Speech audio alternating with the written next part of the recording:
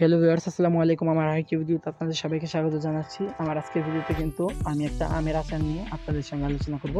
এটা হচ্ছে আমার একটা আমের আচার, আর এই আচারটা কিন্তু আমি নিজে থেকে তৈরি করেছি নিজের মতো করে।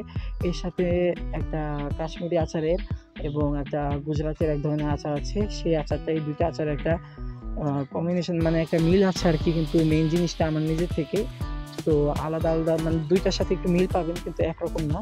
এটা একদম সম্পূর্ণ ভিন্ন এক ধরনের আচার। তো আচারটা কীভাবে তৈরি করতে হয় সেই ভিডিওটা, সেই পদ্ধতিটা জানতে হলে আমার ভিডিও পুরোটা না টেনে দেখুন এবং পাশে থাকুন। তো এই আচারটা কিন্তু খুবই মজার একটা আচার, যেটা আপনাদের সারা বছরই খেতে মন চাইবে।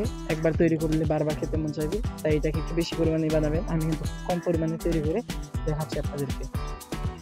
আর এটা কিন্তু কোনো পরিমাণহীনভাবে আমি তৈরি করছি।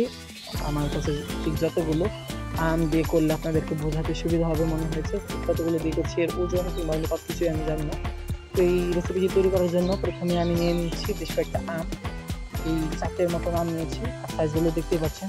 আমগুলোকে কিন্তু আমি ধুয়ে মুছে তারপর ছিলে নিয়েছি। ছেলার পর এগুলোকে ভালো করে আবারও মুছে নিয়েছি, একদম উপরে যেন একটু পানি না থাকে। আর এগুলোকে কিন্তু আমি এখন আরেকটা আলাদা বোলের মধ্যে রেখে দেব। আর এগুলোকে একটা একটা করে আমি নিয়ে, 5টা আম ছিল, আমি সঠিক বলতে পারি না কারণ ভিডিও ক্লিপটা কিছুদিন আগে। তো যাই হোক, এখন দেখা যায় 5টা না 6টা আমি ছিল। যাক, যে কয়টা আমি আপনারা অবশ্যই দেখতে পাচ্ছেন ভিডিওতে, এগুলোকে কিন্তু আমি আলাদা করে একটা বোলে এখন রেখে দেবো এবং সেই বোল থেকে তুলে তুলে গ্রেড করে এই প্লেটটাতে আমি রাখবো। তো দেখতে পাচ্ছেন আমি কিন্তু সাইডে বোলটা নিয়েও এসেছি, সেটাতে আমি আমগুলো রেখে দেবো আর একটা একটা করে আমগুলোকে গ্রেড করব। আমি কিন্তু আমগুলোকে গ্রেড করা শুরু করে দিয়েছি। আপনারা অবশ্যই দেখতে পাচ্ছেন যে আমি কীভাবে আমগুলোকে গ্রেড করছি। এগুলোকে ভালো করে গ্রেড করে নেবো। আর এটা কতটা মোটা এবং কী ধরনের গ্রেডার আপনারা অবশ্যই বুঝতে পারছেন। এটা একটু মোটা টাইপের গ্রেডার। আপনারা বেশি মিহি করলে আমটা গলে যাবে, পরে একটু মোটা মোটা রাখার চেষ্টা করবেন, যার ফলে আমগুলো আস্তে আস্তে থাকবে।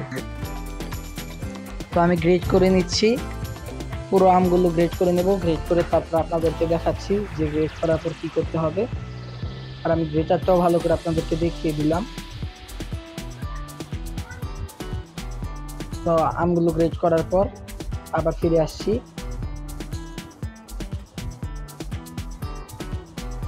আপনারা ভালো গ্রেটার দিয়েও গ্রেড করে নিতে পারেন। তো আমগুলো কিন্তু আমার একদম গ্রেড হয়ে গেছে, সবগুলো আম গ্রেড করা হয়ে গেছে। আর গ্রেড করার পর আশা করি দেখতে পাচ্ছেন যে এটার একটা হলুদ হলুদ ভাব আছে, মানে আমটা একদম প্রায় পেকেই যাবার উপক্রমে, পেকেই যাবে কিছুদিন পরে। এমন আমটা নিলে সবচেয়ে ভালো হয়, এতে মিষ্টিটা একটু কম লাগবে। চিনি বা গুড় যাই দেন তাহলে একটু কম লাগবে, আর টক ভাবটা একটু কম থাকবে, কিন্তু একেবারে নেই হয়ে যাবে না, থাকবে। তো আমি এর পর্যায়ের উপর দিয়ে দিচ্ছি লবণ পরিমাণ মতো, যতটুকু দরকার। যেহেতু আমার এটা প্রায় পেকে যাচ্ছে এই ধরনের আম, তাই আমি একটু লবণের পরিমাণ কমই দিলাম, কারণ এটা খুব বেশি টক না। আর এরপর দিয়ে দিচ্ছি পরিমাণ মতো হলুদ। আর টক জিনিসের মধ্যে কিন্তু হলুদের গন্ধটা করে না, তাই এখানে হলুদ একটু বেশি পড়লে সমস্যা নেই, কিন্তু হলুদটা কম হলে কিন্তু আচারের যে একটা ফ্লেভার সেটা কম আসবে। এখন কিন্তু এটাকে ভালোভাবে কষলে নেব। আর এখন এর মধ্যে দিয়ে দিচ্ছি গোটা মৌরি। আমি এখানে মুড়িগুলো আস্ত রেখেই শুকনো খোলায় হালকা একটু রোস্ট করে নিয়েছি। এখন আমি এটাকে এর মধ্যে দিয়ে ভালোভাবে মেখে নিয়েছি। আমি আজকের আচারটা গুড় দিয়ে তৈরি করব। আর এটা দেখতে পাচ্ছেন নিচে গুড়, এটা আমার গুড়ের পাতিল আসলে বাড়িতে আছে, গুড় জাল দেওয়া হয়েছিল পিঠা তৈরি করার জন্য। তো সেই কারণে এই হাঁড়িতে আমি আমের আচারটা করছি। আর হাঁড়িটা পুরাতন হাঁড়ি, আপনারা দেখতেই পাচ্ছেন। এই ধরনের আচার তৈরি করতে গেলে কিন্তু একটু পুরাতন হাঁড়ি ব্যবহার করাই ভালো। পুরাতন হাঁড়ি বা কড়াই যেটাই বলেন, যে কোনোটাই পুরান জিনিসটা নিলে ভালো হয়, কারণ আচার তৈরি করাতে কিন্তু অনেক সময় সাপেক্ষ, আর আচারটা কিন্তু খুবই দাগ ফেলে দেয়, তাই একটা পুরাতন হাঁড়ি নিবে। আমি কিন্তু এটাকে ভালোভাবে চটকে রেখে দিয়েছিলাম কিছুক্ষণের জন্য, এই 10-15 মিনিটের জন্য। এখন এর উপর দেখতেই পাচ্ছেন পানি উঠেছে, এটা কিন্তু আমের পানি, আলাদা কোনো পানি দেওয়া যাবে না। আমের পানি দিয়েই পুরোটা রান্না করতে হবে, বাইরে থেকে একটুও পানি দেওয়া যাবে না। আর আমি এখানে পাতিলের মধ্যে যে পরিমাণ গুড় লেগেছিল সেই গুড়টা দিয়েই এটাকে ভালোভাবে মেখে নিয়েছি। পরবর্তীতে প্রয়োজন হলে আরেকটু গুড় দেব। আর আমি কিন্তু এখানে বড় পাতিল নিয়েছি, তাই দেখে মনে হতে পারে কম, কিন্তু এখানে কিন্তু বেশ অনেকটা আচারই তৈরি হয়েছিল আমার।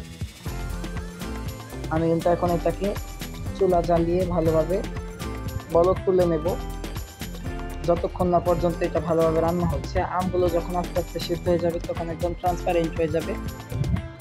আর গুড় দিয়ে তৈরি না করলে যখন আপনারা চিনি দিয়ে তৈরি করবেন তখন এটা একটা গোল্ডেন একটা কালার পাবে। আর আমি যেহেতু গুড় দিয়ে তৈরি করছি তাই এটা একটু ডিপ কালার হয়ে যাবে। আর আমি কিন্তু এখন এতে আরও কিছুটা গুড় দিয়েছি, আপনারা অবশ্যই দেখতে পেয়েছেন। আমার কাছে গুড়ের পরিমাণটা কম লাগছিল তাই আর একটু গুড় দিয়েছি। তারপর এটা মিষ্টত্বের উপর নির্ভর করবে যে আমি কি পরিমাণ গুড় দেব। এখন এটাকে আমি ভালোভাবে রান্না করে নেব। আর গুড় দিয়ে তৈরি করলে একটা সুবিধা হচ্ছে এতে একটা সুন্দর কালার আসে ডিপ, আর গুড়টা একটু কম লাগে চিনির পরিমাণে। যেহেতু আমরা বাড়ির গুড় ক্ষেতের গুড় দিয়ে আমরা আচারটা তৈরি করছি, চিনির থেকে এই গুড় দিয়ে আচারটাই বেশি টেস্ট লাগে। এই পর্যায়ে আমি এখানে যেটা দিচ্ছি সেটা হচ্ছে এলাচের গুঁড়া, খুব খানিকটা কম। আর এখানে কিন্তু আপনারা অন্যান্য গরম মশলাও দিতে পারেন, কিন্তু আমি শুধু এলাচের গুঁড়াটাই দিয়েছি আর এটাই যথেষ্ট, অন্যান্য গরম মশলা না দিলেও চলবে। আর আপনারা আশা করি অনেকটাই দেখতে পাচ্ছেন যে আমগুলো কিন্তু প্রায় অনেকটাই ট্রান্সপারেন্ট হয়ে গেছে, যে একটা আমের যে একটা হলদে সাদা ভাব ছিল সেটা কিন্তু চলে যাচ্ছে। এটাকে আরও কিছুক্ষণ রান্না করে নেব, যতক্ষণ না পর্যন্ত পুরোপুরিভাবে এটা একদম স্বচ্ছ হয়ে যাচ্ছে। কয়েকটা আম কিন্তু স্বচ্ছ হয়ে গেছে, অনেক মানে বেশিটাই হয়ে গেছে। কয়েকটা বড় বড় দানা যেগুলো কিনা এখনও রান্না হয়নি। ভালো করে নেড়ে চেড়ে এটাকে রান্না করে নেব। আর তলায় দেখতে পাচ্ছেন পুড়ে যাচ্ছে বা একটু তলে লেগে যাচ্ছে, তাই যাতে না লাগতে পারে এই কারণে অনবরত নাড়তে হবে।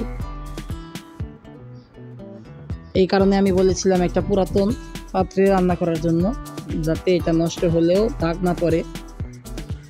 আমারটা কিন্তু পানি একদম শুকিয়ে এসছে, আপনাদের প্রয়োজন মতো পানি শুকিয়ে নেবেন।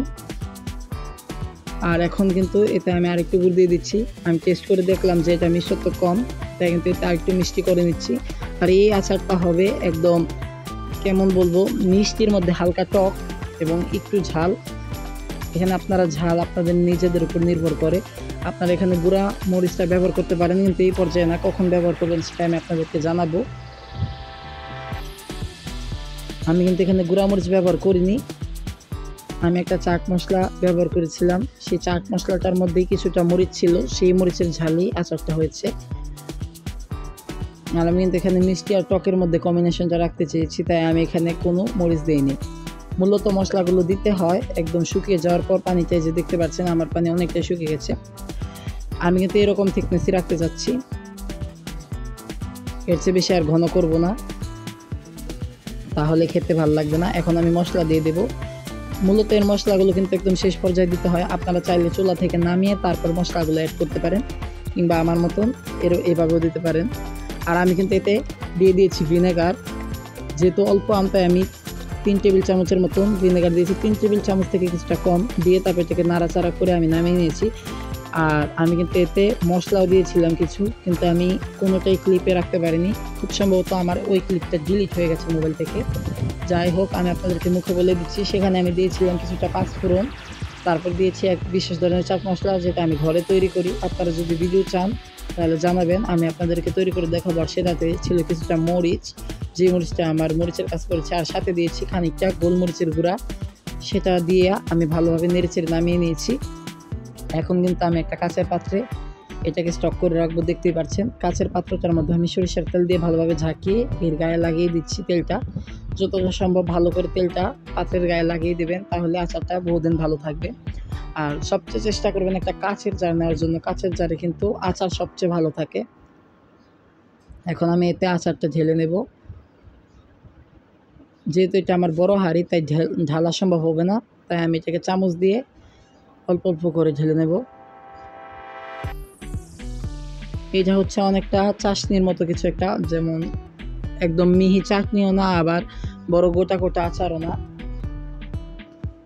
এটা আপনারা ভাতের সাথে, রুটির সাথে, যে কোনো খাবারের সাথে খেতে পারেন। আর যে কোনো ভালো খাবার যেমন বিরিয়ানি, খিচুড়ি, এই ধরনের খাবার, পোলাও, এইসব খাবারের সাথে এটা একটু খেতে পারেন, খুবই ভালো লাগে চাটনি হিসাবে। আর এমনিতেও কিন্তু আচারটা খাওয়া যায়, রুটির সাথেও অনেকে খায়। আমি যে একটা আচারের কথা বলেছিলাম, গুজরাটের একটা আচার আছে, সেই আচারটা কিন্তু তারা রুটির সাথেই খায়। আমি এটাকে ঝাঁকিয়ে ভালোভাবে ফিক্স করে নিচ্ছি, যাতে ভেতরে বাতাস না থাকে আর একদম সমান একটা লেভেল হয়ে যায়। নয়তো উঁচু হয়ে থাকলে দেখতেও ভালো লাগছে না, আর যদি ভেতরে বাতাস থাকে তাহলে কিন্তু বেশি দিন আচারটা ভালো থাকবে না। এটাকে আমি ভালোভাবে এখন একদম এয়ারটাইট করে লাগিয়ে দিয়েছি ঢাকনাটা। এটাকে আপনারা যদি বাইরে রাখেন তাহলে বড় জোর 1 থেকে 1.5 মাস রাখতে পারবেন। নরমাল ফ্রিজে রাখলে 6 মাস পর্যন্ত ভালো থাকবে। আর ডিপ ফ্রিজে রাখলে বছরের পর 2-1 বছর বা 3 বছরের মতন এটাকে অনায়াসে ভালো রাখতে পারবেন। এরপরেও ভালো থাকবে, কিন্তু এর টেস্টটা কিছুটা অন্যরকম হয়ে যেতে পারে। আমি কখনো রাখিনি। তো আজকের মতো আমি এখান থেকে বিদায় নিতে